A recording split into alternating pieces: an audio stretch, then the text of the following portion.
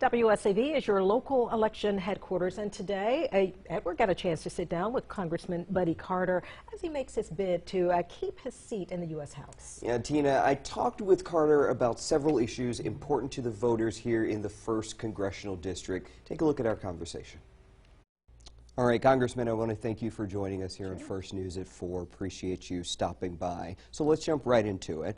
The Democrats who are vying for the nomination to run against you, a couple of weeks ago, they were in their own debate.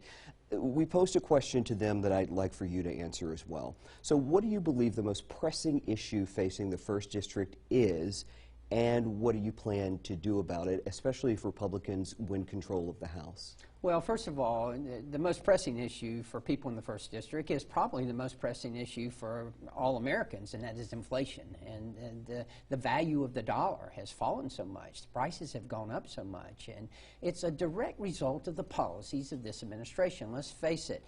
Elections have consequences because policies have consequences, and we are suffering the consequences of the policies of this administration. We see it every day. You see it in increased gas prices, increased prices for food, everything. People, the value of the dollar has gone down.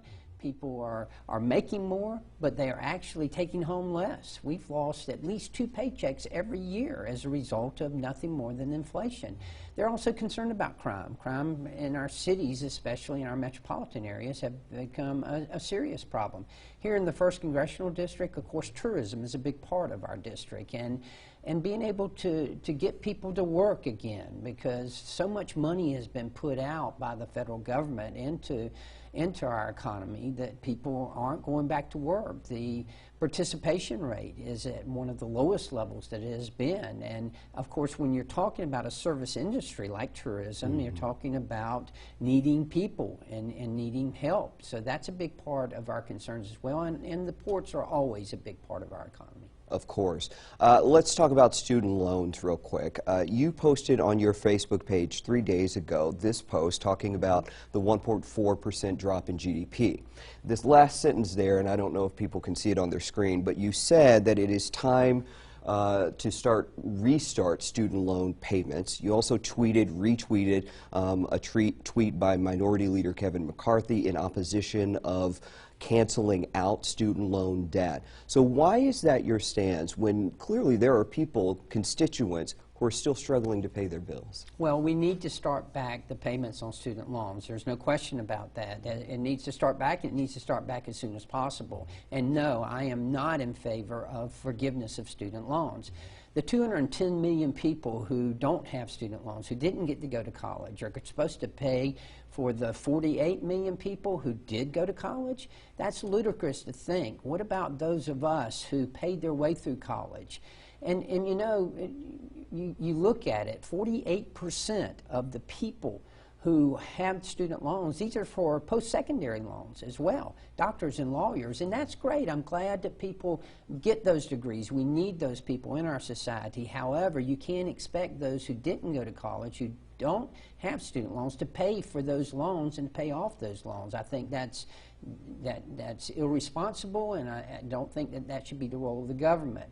Those people who took out those student loans, they're responsible for those loans. I didn't have to take out any student loans because I worked my way through college. All right, I want to get to another topic, the January 6th insurrection. Yes. You were there. You have said it made you angry.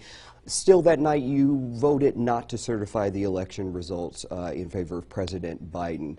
One of your Democratic opponents said that's part of why he's running, that vote that you made. So do you still stand behind that vote, and if so, why? Absolutely, I stand behind that vote because the Constitution did not change as a result of what happened on January 6th.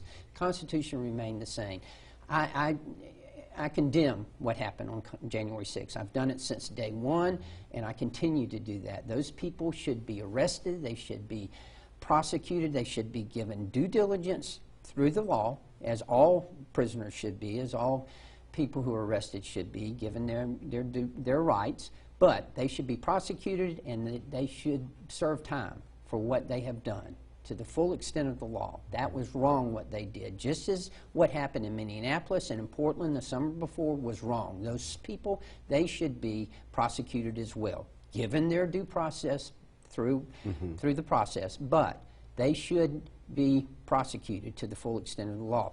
But my point is that changes were made to the voting laws here in the state of Georgia by the executive branch when our Constitution is clear that it should be and will be the right and the responsibility of the legislative branch to make those changes. All right, Congressman Carter, that's all the time we have. Thank you so much for stopping by, answering our questions.